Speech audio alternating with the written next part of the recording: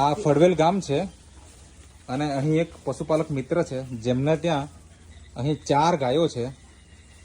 તો શું નામ છે બેન તમારું? વર્ષાબેન દીપક. તમારું નામ? દીપકભાઈ બાબુ. શું ગાયને શું પ્રોબ્લેમ હતો? પ્રોબ્લેમ થાય દિલવાળું.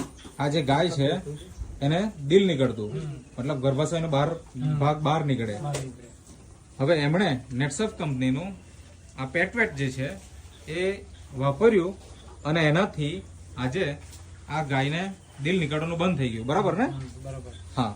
અને ત્યાર પછી આ બીજી ગાયોને પણ ખવડાવવાનું ચાલુ કર્યું. તો એમાં શું ફાયદો થયો?